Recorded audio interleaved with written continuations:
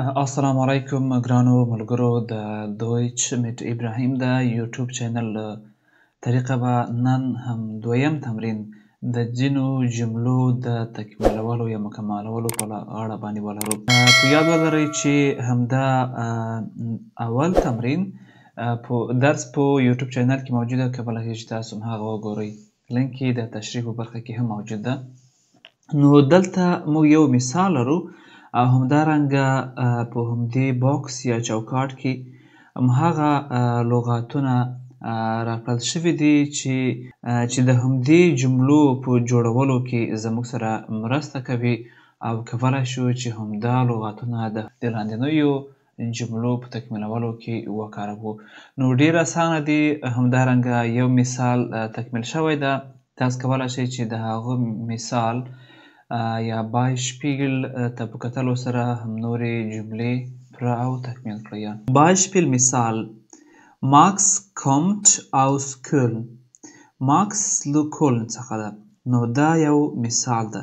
دا مثال یې راکړی ده ترڅو لاندنۍ جملې پوره کړو او کولای شو چې همدا لغاتونه چې دلته په همدې باکس کې راکړل شوي دي هغه وکاروو. لومړی دلته لرو مراد ... music کارول کېږي. مراد hört یعنی اوري. نو دلته به hört همدا ده. زه به دا کرښه بیا کش کړم ترڅو تاسو ته کوم مشکل نه وي چې همدا لغت وکاروو. مراد hört هماغه به دلته ولیکم. مراد. دویم همدا لرو Du ... in Passau. Du نو همدلته چې وګورو د همدې لغاتونو لیست ده.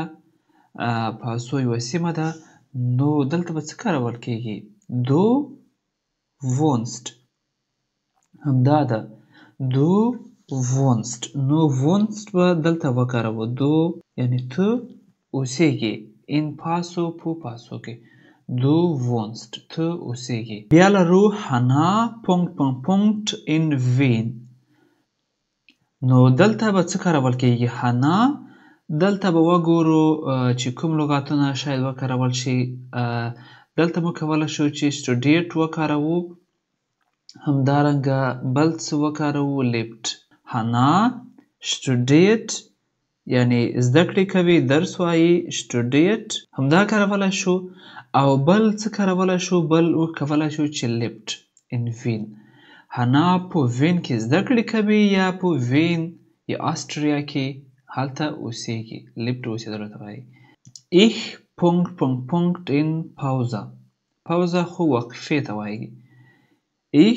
Ich دلته راځو په همدې لیست کې ګورو mache همدلته mache کارولی شو. Ich mache یعنی زه کومه. Ich mache eine Pause یعنی زه یوه پاوزه یوه وقفه اخلم. بیا دلته لرو er ... in Berlin په برلین کې. نو دلته به څه وکارول شي؟ دلته هم د تیرې پورته جملې په شکل باندې هم کولی شو چې studiert وکاروو، هم کولی شو چې lebt وکاروو.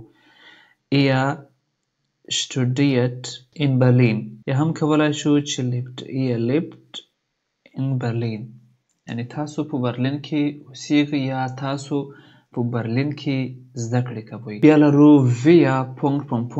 nach Hause. نو دلته راځو په همدې لیست کې ګورو چې کوم لغاتونه موږ کولی شو چې وکاروو. نو دلته gehen په gehen باندې هم خطک شومه.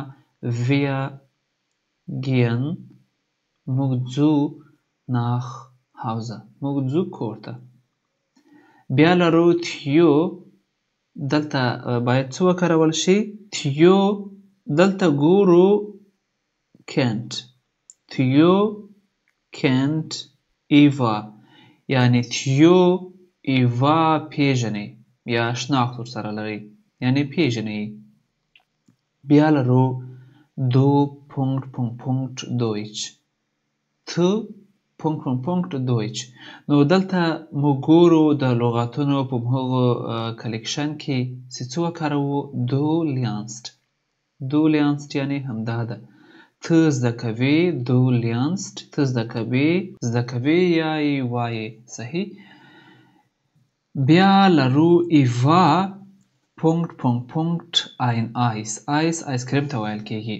نو دلته راځو په همدې لیست کې ګورو kauft ایوا kauft ein Eis یعنی ایوا یو آیسکریم اخلي. بیا لرو wir دلته په همدې لیست کې ګورو چې ټول لغتونه موږ وکارول یوازې څه پاتې دي trinken wir trinken موږ څښو trinken موږ څښو Saft یعنی جوس wir trinken Saft. نو همدا تمرین حل شو همدا تمرین تکمیل شو د همدې راکړل شوو لغاتونو په کارولو سره. نو همدا د نن ورځې درس هم پای ته ورسېدو. تاسو کولی شئ چې نور درسونه زموږ په یوټیوب چینل کې هم وګورئ او کولی شئ چې زموږ د چینل په واتساپ ګروپ او ټلیګرام ګروپونو کې چې هلته ټول معلومات شیر کېږي هم ګډون وکړئ. نو چینل د سره سبسکرایب کړئ د بیل آیکن د سره کېکاږئ تر څو په وخت درته هماغه نوټیفیکیشن ورسیږي کله چې موږ نوی درس یوټیوب چینل ته اپلوډوو. که کومه پوښتنه لرئ مهرباني په کمنټ باکس کې ولیکئ. نو تر بیا پورې ښې چارې ښه وختونه د الله په امان.